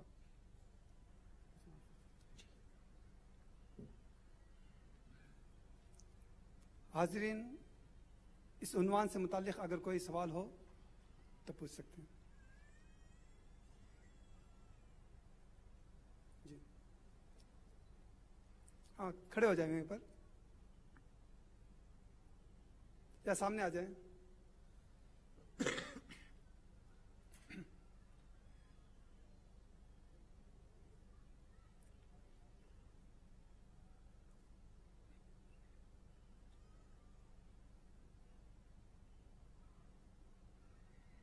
السلام علیکم ورحمۃ اللہ وبرکاتہ۔ وعلیکم السلام ورحمۃ اللہ۔ قاری صاحب، میرا ایک سوال تھا آپ سے۔ جیسے آپ نے فرمایا کہ حضور صلی اللہ علیہ وسلم کی ہمیں اطاعت کرنی چاہیے، ان کے احکام پہ ہمیں وہ کرنا چاہیے ہر چیز، تو اگر جیسے کہ مثال جیسے کہ داڑھی رکھنا سنت ہے تو یہ بھی ان کی اطاعت میں ہی شمار ہے کیا؟ اگر ہم ان سے اگر سچی محبت کرتے ہیں اور داڑھی نہیں رکھتے، کیا وہ محبت سچی کہلائے گی یا ان کی سنتوں پہ عمل نہیں کرتے؟ رسول اللہ صلی اللہ علیہ وسلم کی محبت کے چند پہلو آپ نے سنے۔ اطاعت یہ اصل محبت ہے۔ لو كان حبك صادقا لأطعته ان المحب لمن يحب مطيع۔ اگر سچی محبت ہو تو اس کی اطاعت تم کرو، کیونکہ محب ہمیشہ اپنے محبوب کی اداؤں پہ اپنی جان نشاور کرنے کے لیے تیار ہوتا ہے۔ رسول اللہ صلی اللہ علیہ وسلم کا یہ حکم ہے، فاعف اللحا، اور ایک نہیں 22 روایتوں میں یہ الفاظ ہیں کہ تم داڑھی کو معاف کر دو، حکم بھی ہے، پھر آپ کا عمل مبارک بھی ہے۔ رسول اللہ صلی اللہ علیہ وسلم کے عمل مبارک اور حکم کے آ جانے کے بعد اس میں کمی کرنے والے کی محبت میں بھی کمی ہوگی۔ یہ کیسے ہو سکتا ہے؟ اللہ نے اس جیسا چہرہ تو کسی کا بنایا ہی نہیں۔ جس کو سرتاج رسول کی چہرہ انور پسند نہیں، اس کے ایمان کو اللہ کیسے پسند کریں گے؟ اس لیے میں ادب سے، احترام سے اپنے مکرم محتشم بھائیوں سے گزارش کروں گا، اپنی اس محبت پہ نظر ثانی کیجئے کہ رسول اللہ صلی اللہ علیہ وسلم کے ساتھ اگر میری سچی محبت ہے تو مجھے اس کے رنگ میں اپنے آپ کو رنگنا ہے۔ اللہ رب العزت ہمیں توفیق سے نوازے۔ دوسرا سوال۔ السلام علیکم ورحمۃ اللہ وبرکاتہ۔ شیخ، سوال ہے کہ آپ نے جو احادیث بیان فرمائی بدعت کے بارے میں، تو آج کل مختلف علماء کرام ہی ایسی روایات پیش کرتے ہیں جن میں وہ بدعت حسنہ وغیرہ ایسی باتیں کرتے ہیں، اس پہ تھوڑی روشنی ڈال دیجیے، اللہ آپ کا جزائے خیر عطا فرمائے۔ اللہ تعالیٰ آپ کو سلامت رکھے۔ رسول اللہ صلی اللہ علیہ وسلم نے اس لیے فرمایا تھا انما اخاف علی امتی الائمة المضلین، مجھے اپنی امت پہ خوف ہے تو ان لوگوں پہ جن کو لوگ امام سمجھتے ہوں گے اور وہ لوگوں کو گمراہ کریں گے۔ دنیا کے اندر کوئی ایک کتاب ایسی نہیں، حدیث کی اوتھینٹک کتاب، جس میں آپ یہ تقسیم حدیث کے اندر دیکھیں کہ یہ بدعت اچھی ہے اور یہ بدعت بری ہے۔ رسول اللہ صلی اللہ علیہ وسلم نے جب یہ فرما دیا کل بدعت ضلالہ، ہر بدعت گمراہی ہے، اور بدعات سے بچانے کا اصل مقصد کیا ہے؟ ایک نکتہ سمجھیے، بدعت کا مطلب یہ ہے یہ چیز رسول اللہ صلی اللہ علیہ وسلم کو نعوذ باللہ پتہ نہیں تھی، اب میں نے اس کو پیش کیا ہے، نعوذ باللہ اللہ کے رسول بھول گئے تھے، اب ہمیں اس کا پتہ چلا ہے۔ قرآن کہتا ہے الیوم اکملت لکم دینکم واتممت علیکم نعمتی ورضیت لکم الاسلام دینا، یہ نعمت اسلام مکمل ہو چکا۔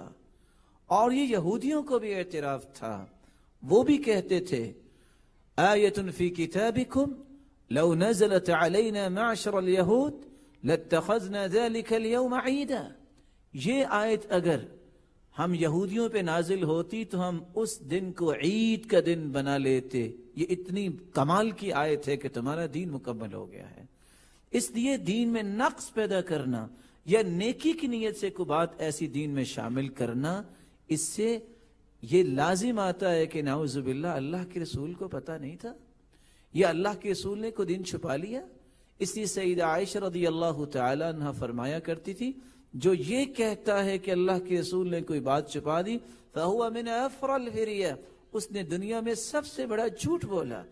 اللہ کے رسول صلی اللہ علیہ وسلم نے حجۃ الوداع کے موقع پہ فرمایا تھا اللہم اشہد فإنی قد بلغت، اللہم اشہد فإنی قد بلغت، اے اللہ گواہ رہنا جو دین تو نے مجھے عطا کیا میں نے اس کو پہنچا دیا۔ ان افضل الہدی ہدی محمد صلی اللہ علیہ وسلم، اللہ کے رسول کا طریقہ ہی پوری کائنات سے بہترین طریقہ ہے۔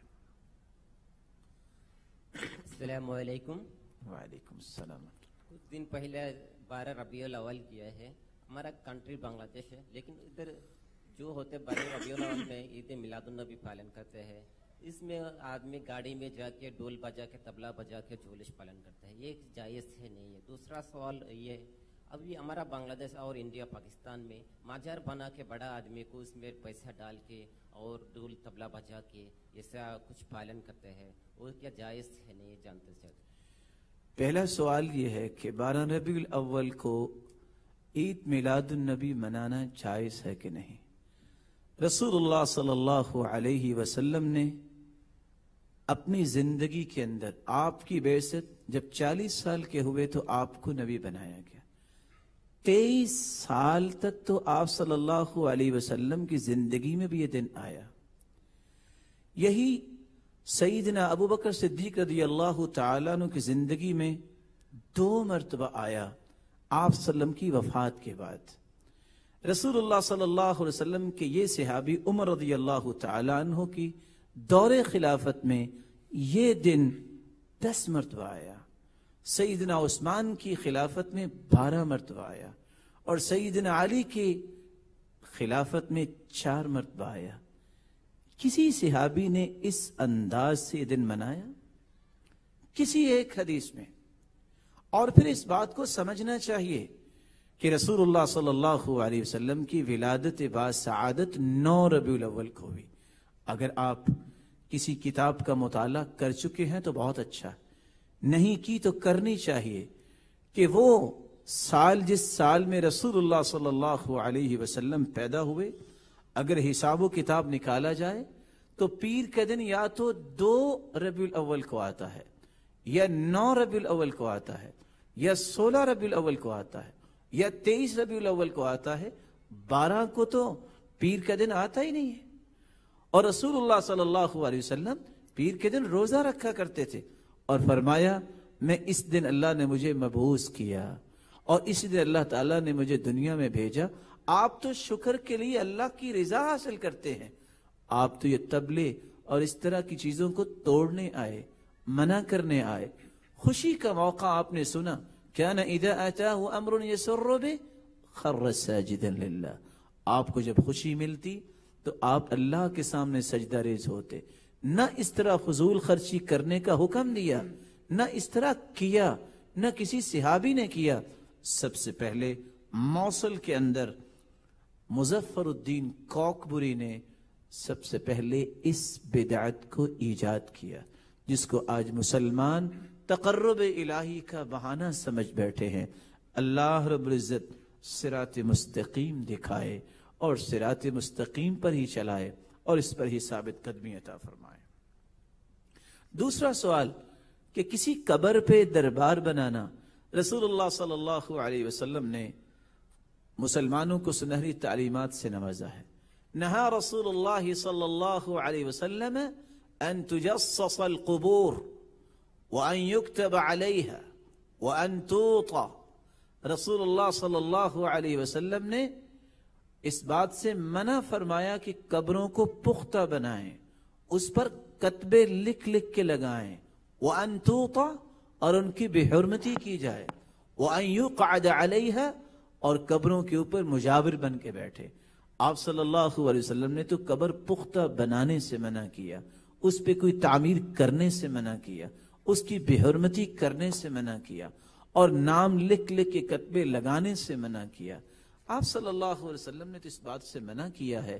محبت کی علامت یہ ہے کہ ہمیں ان باتوں سے رک جانا چاہیے. اگر آپ قبرستان میں جائیں تو کس لیے؟ فَإِنَّهَا تُذَكِّرُ الْآخِرَةَ, آخرت کی فکر کرنے کے لیے کہ آج یہ لوگ پڑے ہیں, کل کو مجھے بھی آخر یہاں ہی آنا ہے. اللہ رب العزت ہمیں سنت کو زندہ کرنے کی توفیق عطا فرمائے. ایک آخری سوال بھائی سے لیں گے, پھر اس کے بعد ہمارے پاس 2 سوالات یہاں پر آئے ہوئے ہیں. السلام علیکم. وعلیکم السلام. شیخ, مسجد کے اندر دیکھتا ہو ایک سائڈ میں اللہ کا نام, دوسرا سائڈ میں محمد صلی اللہ علیہ وسلم کا نام. یہ محمد صلی اللہ علیہ وسلم کا محبت کا علامت ہے.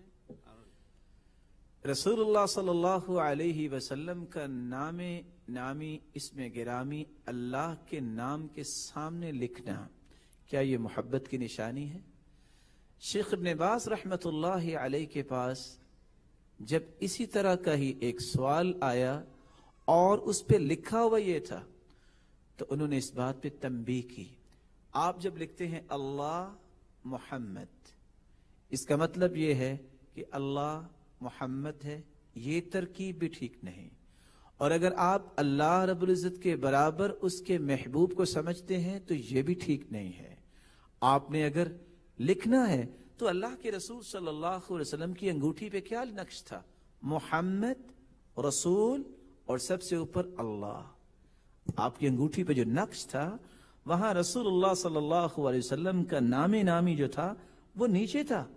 اس لیے اللہ رب العزت کے نام کے سامنے اللہ جل شأنہ, جلت قدرتہ, جلت عظمتہ اور محمد الرسول اللہ صلی اللہ علیہ وسلم لکھا جائے.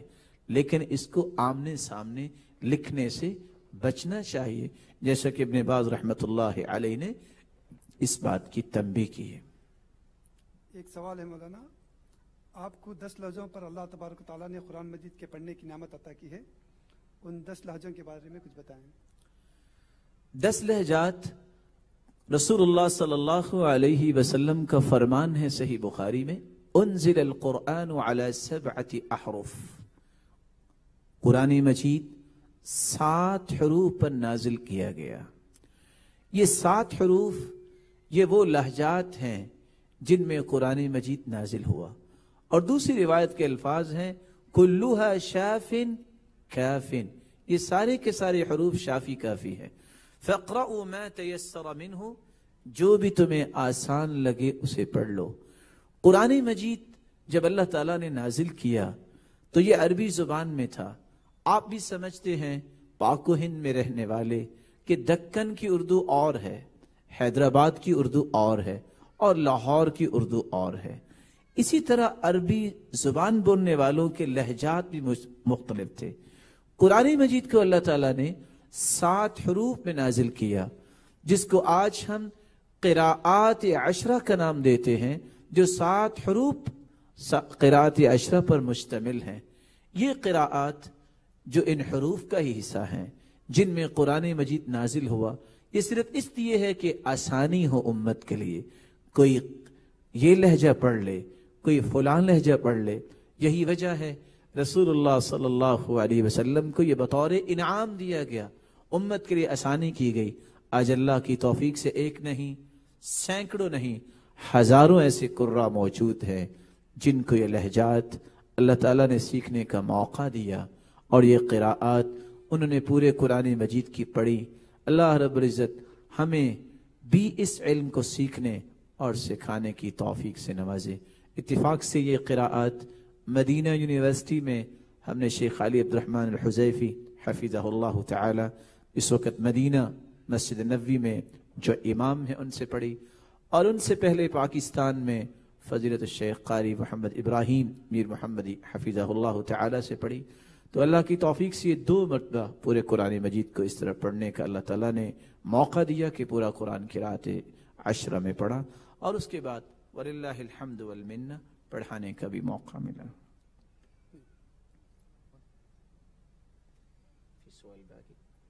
السلام علیکم ورحمۃ اللہ وبرکاتہ.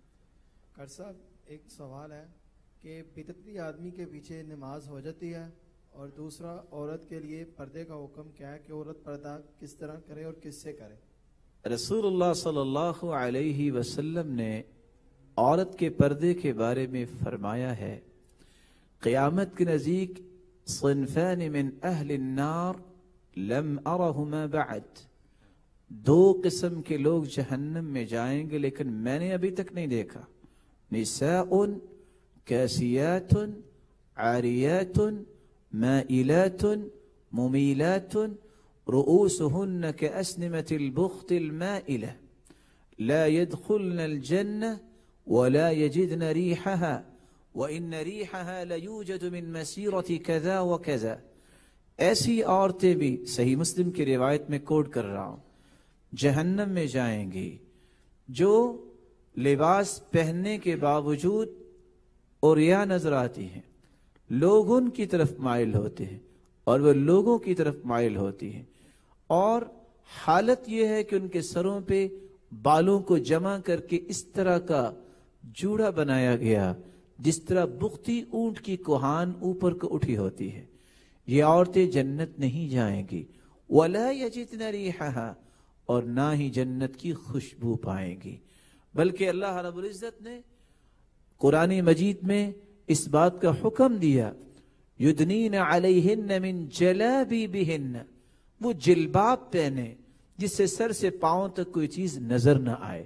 بلکہ حسان ابن ثابت نے تو تعریف کیا کی ہے صحابیات کی، یخمرن اطراف البنان من التقا ویخرجن جنح اللیل معتجراتی. صحابیات رات کی تاریکی میں بھی نکلتی تو اپنے آپ کو ڈھانک کر نکلتی، اور اپنے ہاتھوں کی انگلیوں کے پوروں کو بھی ڈھانپ کر نکلتی، اور جب نکلتی تو کوئی ان کو پہچانتا نہیں تھا. اس لیے رسول اللہ صلی اللہ علیہ وسلم نے تو یہاں تک فرما دیا، قیامت کے نزدیک مسجدوں کے دروازوں پہ لوگ اتریں گے اور ان کے ساتھ ایسی عورتیں ہوں گی کہ جنہوں نے لباس پہنا ہوگا لیکن پھر بھی عریان نظر آئیں گی. ایسی عورتیں جنت میں نہیں جائیں گی. رسول اللہ صلی اللہ علیہ وسلم کے فرامین کی روشنی میں ایک عورت کو پردہ کرنا چاہیے. کس سے کرنا چاہیے؟ باپ ہے، بیٹا ہے، بھتیجا بھانجا ہے، بھائی ہے، اور ان رشتوں کا تذکرہ قرآن مجید میں بھی اللہ تعالیٰ نے کیا. ان کے علاوہ، ان 14 رشتوں کے علاوہ باقی سب سے پردہ کیا جائے. رسول اللہ صلی اللہ علیہ وسلم نے یہ کیوں حکم دیا؟ یہ عورت کی عفت، عصمت کی حفاظت کے لیے تعبدی حکم ہے. کسی پہ شک نہیں تھا، نہ ابو بکر پہ شک تھا، نہ عمر و عثمان و علی پہ شک تھا. یہ تعبدی حکم ہے.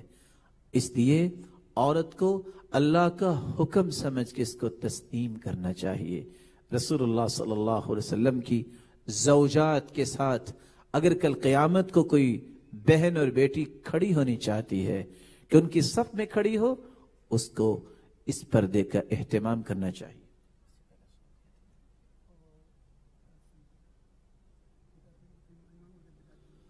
امام اگر بدعتی ہے تو یہ بات سمجھنی چاہیے بدعت کی دو قسمیں ہیں، بدعت مکفرہ اور بدعت مفسقہ. بدعت مکفرہ کا مطلب یہ ہے جو شخص بدعتی ہے اور بدعت کی دعوت بھی دیتا ہے، ایسی شخص کے پیچھے نماز نہیں پڑھنی چاہیے. اور اگر کوئی شخص بدعت مفسقہ میں ہے، بدعت کے پیچھے لگا ہوا ہے اور آپ کی نماز جا رہی ہے، تو صحیح بخاری کی روایت آپ کے سامنے ہونی چاہیے، یصلی خلفہ وعلیہ بدعتہ، اس کے پیچھے نماز وقت پہ پڑھ لو، اس کی بدعت اس کے سر پر ہے.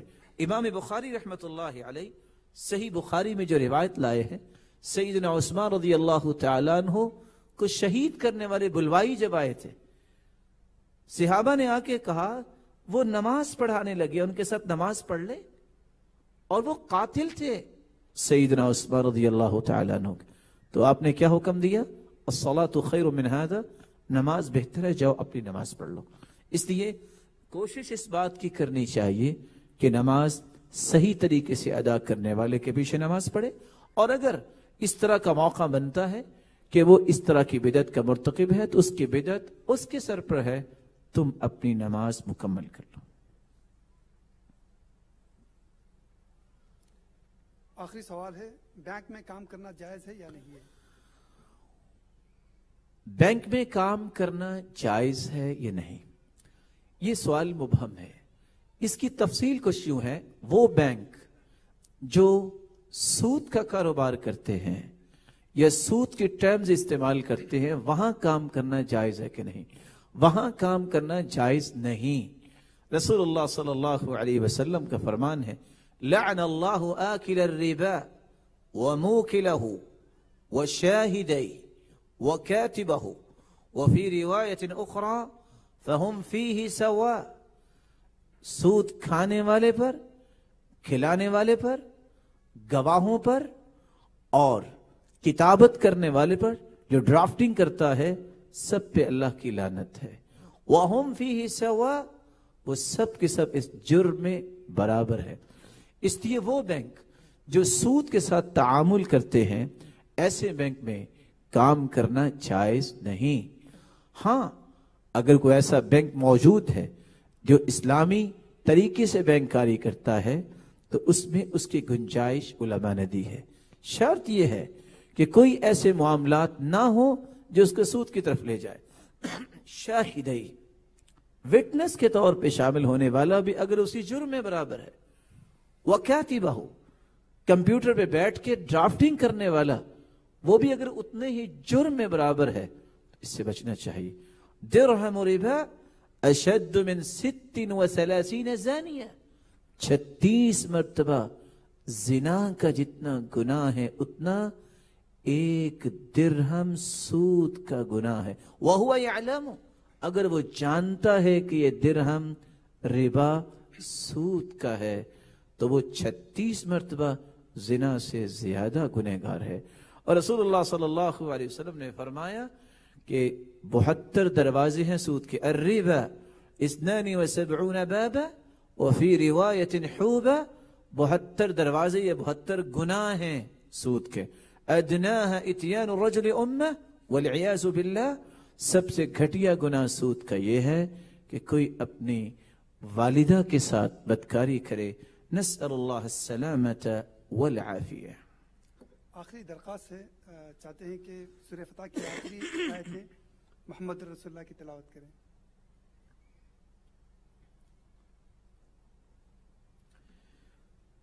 اعوذ باللہ من الشیطان الرجیم.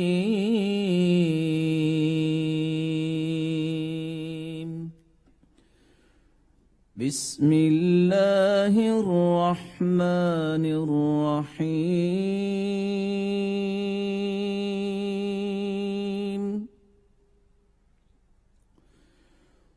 محمد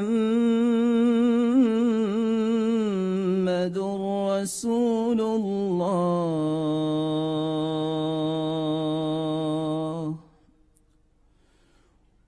والذين معه أشداء على الكفار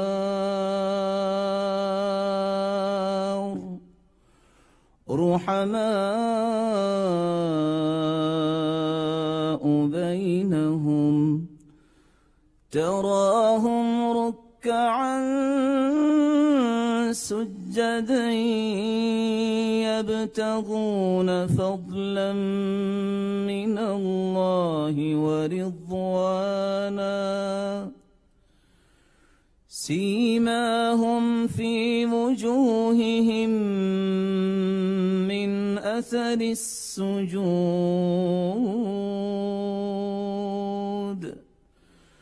ذلك مثلهم في التوراة ومثلهم في الإنجيل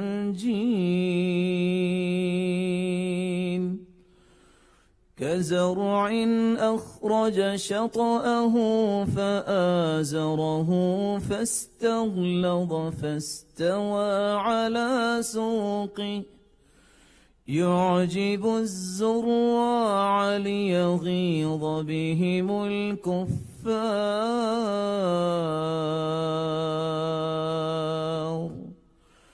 وعد الله الذين آمنوا وعملوا الصالحات منهم مغفرة وعد الله الذين آمنوا وعملوا الصالحات منهم مغفرة وأجرا عظيما صدق الله العظيم